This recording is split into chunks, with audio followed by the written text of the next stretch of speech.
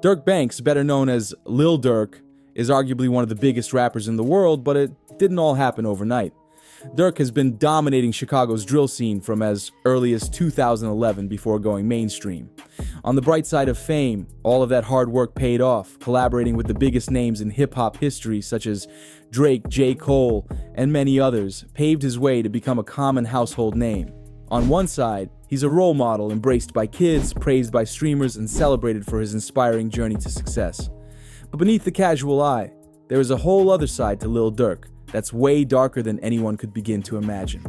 In fact, Durk's life has been consumed by fallen friends, revenge plots, multiple arrests, home invasions, and even murder. Some say he's even the one to blame for funding the gang war in Chicago.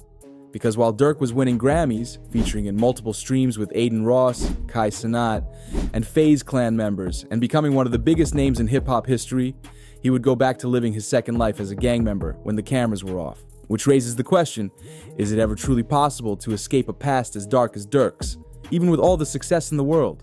From what we know, Durk never really grew up in the best environment. Growing up in a city heavily influenced by gang activity and his father, Dante Banks, getting sentenced to 25 years in jail when the rapper was just 7 months old, led to him following in his father's footsteps to provide for his family as time went on. Dante Banks, or Big Durk, would be given a life sentence for his role as the ringleader in a huge crack empire. In an interview with DJ Vlad TV, Lil Durk would famously quote that his dad was caught with $8 million and 6 bricks. When asked if that was true, Durk confirmed the story and said, "That's why I wanted to be just like him." In interviews, you said that your dad was caught with like $8 million, 6 bricks? Yeah, that's why I wanted to be just like him. Said 8 million, shit. Eventually, Big Durk would get a second chance at life, reuniting with his now superstar son. When his dad was out, Lil Durk would be seen in many pictures with him at local mosques, and would even host an Islamic event on his 32nd birthday, where he brought his close friends from O-Block to hopefully make a positive change for the community.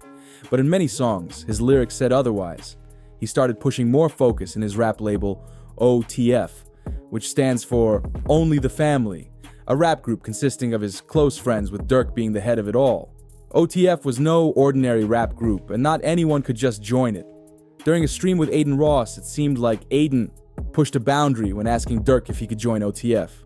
Durk looked as if he was uncomfortable when asked the question because OTF isn't just some group, it's his family. How do I join OTF? Someone said, how do I join OTF? I want to join. You already fly. Really? Like that. For real? That's all you gotta do is be you, yeah. They're spamming the OTF Aiden. This shows how tight the group really is, and eventually we would learn that OTF was doing a lot more than just rapping. OTF really took off when King Von joined the group and popped off with songs such as Took Her to the O and Crazy Story, racking up millions of views. Durk would bring King Von under his wing, and it was a huge win for both of them. He would even bring King Von onto the Breakfast Club to share his story, but remember, King Von isn't your average rapper. At the time, Von had just beat a body in 2 attempts and was crowned as rap's first serial killer. What's the story? What's your story? My story, shit, Yeah. I just got out of jail for just beat a body in 2 attempts. Like, December? I just got out, started rapping shit. You was in jail for 2 murders? Yeah, 1 murder and 2 attempts. I just beat. How you beat that? What you mean, I mean, you didn't do it clearly, but I mean, Yeah. like how? I mean, You it's ain't- something to throw young black What men he in did, jail. like, jury, like, you know, Huh? I mean, you want to sign King Von? Cause he got a whole story behind him. Know what I'm saying? He from O-Block. It seemed like, with Durk's help, Von was going straight to the top, but bringing in a so-called serial killer into his life would only end up bringing him significant issues later down the line. As his fame took off, Durk tried distancing himself from the street drama, preaching change and forgiveness, but what happened on the 6th of November would change his life forever.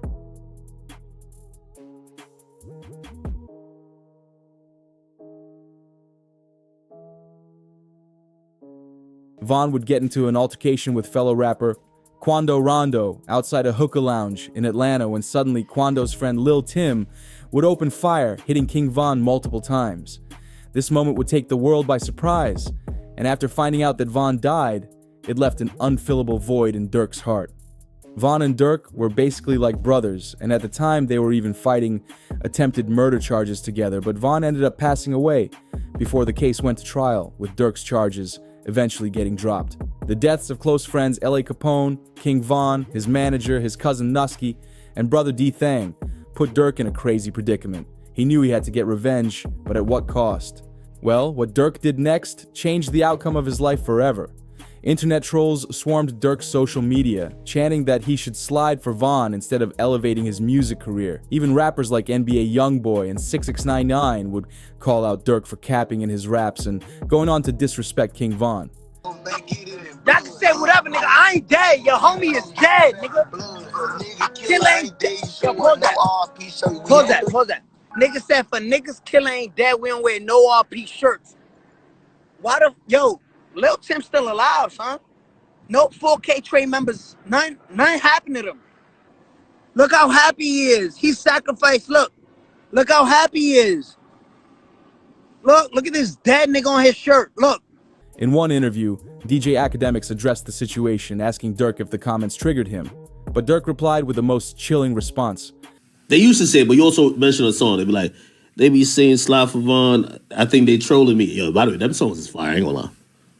For some reason, I just don't see them comments no more. For some odd reason. I don't know. Might be the water. You be seeing them comments a lot? They kind of chilled out a little bit. I wonder why. Without giving enough detail to incriminate himself, we could see where Lil Durk was going with this. Just 2 years after the death of King Von, Quando Rondo, the guy who got King Von killed, got ambushed at a gas station in Los Angeles.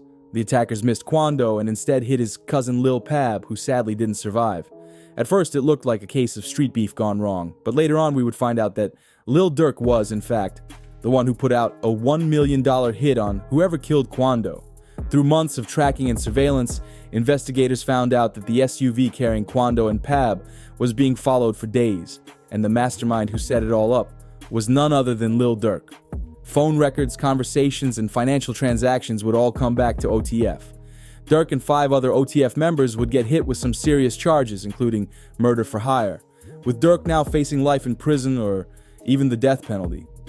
As of now, Durk's keys to Chicago have been revoked and is facing the most serious charges of his career.